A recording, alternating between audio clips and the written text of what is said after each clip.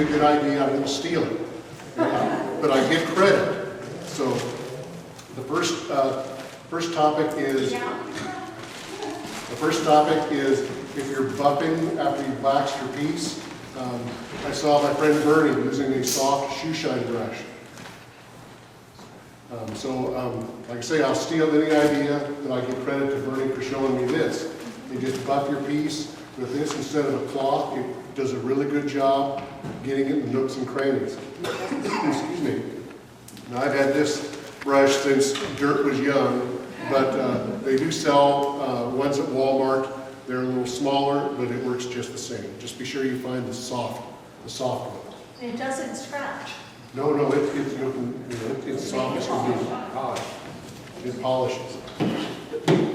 The second topic we want to talk about is epoxy. I've heard some of the members comment they can't get their epoxy to work right. It doesn't seem to set up. It doesn't harden.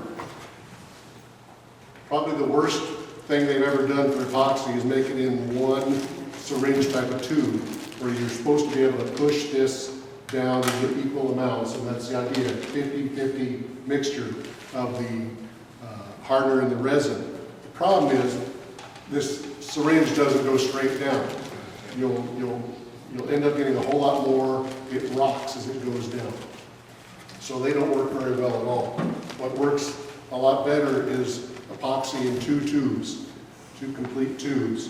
So you can, when you're setting it up, or whether you're using a piece of wax paper, a piece of aluminum foil, or whatever, you can see exactly how much you've got there and make it a 50-50 mix. So you can get it in small tubes like this. We use such a small amount. This is, 3 generations worth of epoxy for most of us. But I make a lot of mistakes, so I buy it in this size. And this is 5-minute epoxy. You can get it in multiple or different hardening times. This is a pretty fast one. Where do you find good resources? This came from Fred's Hobbies. This probably came from Home Depot. The radio-controlled hobby shop there by Safeway also has a good selection of different hardening time epoxies. Is that clear, dry clear? This does, yeah. That was my intent, was to get the clear as opposed to the amber. So when I slop over, when I use too much, which is typically what I do, it blends better when it's clear. The last two pieces, on to the next topic, the last two pieces I've worked with, I've been plagued with when I'm sanding. You get those little soft spots. It might be between the growth rings of the growth rings as the wood grows, but they tend to be really soft. And when you then put your oil on there, or your benite or whatever you use, they turn really light colored and they just stick out like a sore thumb. So a lot of times you'll have to go in there with a paintbrush and stain and kind of darken those up a little bit. With this particular piece, I had a really big soft spot up here on the top. And one thing I learned from class is using a wood petrifier. So it looks almost like watery Elmer's glue. It's white. So if you use that on that soft spot, it really hardens it up really nice. There's a drawback though, is it turns the piece white. Okay, so that's not necessarily a good thing. Which is the segue into my next topic, is you might, instead of, you have a question, Terry? Yeah, when you put that wood hardener on a piece of wood, doesn't look like you've got anything on. I've had a couple people tell me they put a lot of it on and find out it doesn't sand very well after that. Oh, really? Okay, Yeah. I hadn't heard that. So be judicious with it when you use it.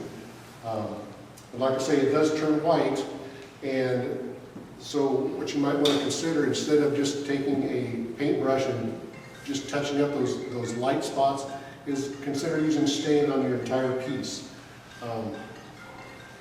This piece, I used Minwax, and it's a golden pecan, so it has a bit of a red tint. And so this is just hundreds of those little soft spots in the back. So it took care of them all, just slop the stain on, and it blends in much better than it did before. So same on the front. And, you know, at the end here, you can see where this is the spot that I used the woodpecker fire on, and it turned out to be pretty darn good. So consider using stain. The idea with the stain is you're trying to match the wood as best you can. Of course, no stain will ever match. It will never be the color that you want, regardless. It's always close, but not quite. Where can you mix the stain into the wood hardener? I have not tried that. My guess is this is water-based and this is oil-based, so they will not mix. But that's something you can experiment with on your piece. Another throwaway piece. Yeah. We have some throwaway pieces over here too. Next topic. If you went to the show and you looked at one or two of these newest pieces, she did an inlay with malachite granules. And she then sanded this malachite. Looks about like Liz's top there.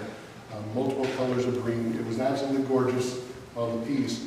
What she didn't know is malachite is quite toxic. So as you sand it, that dust, you know, it causes you some big time problems. But fortunately, as always, she wears a mask when she sands. So she just wanted to emphasize the importance of this mask. You know, she could have, you know, done harm to herself and not even realized that was dangerous. But she was lucky and had a mask, so that was a good thing. All right, final topic. You know, we've talked inlays several times here, and I've shown you things in the past that didn't work as well as I had hoped. Well, here's more of them.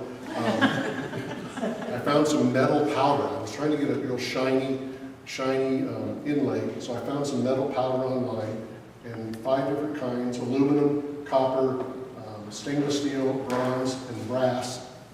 And as you can see here, they're just really, really fine. Mix them with, like we've done before, mix them with epoxy, lay them in there, sand them down, and buff them out. And when you get closer, you'll be able to see this, but there's a small area here that's kind of all the process optimized there. So that's about as bright as these are going to get. So still not what I was looking for, but it might be something you're looking for in one of your pieces. So I brought the examples in here, one even stuck to the top of the box. So, and then I brought slips on where do you find it online. It's on eBay. So just take a squint at these if you want. Any questions out there? Again, thanks to Bernie. What are you going to do with the linseed oil? Oh, this is for free. This is not mine, Oh, but okay. this is free if anybody would like that. So, Thank you. all right. Thank you.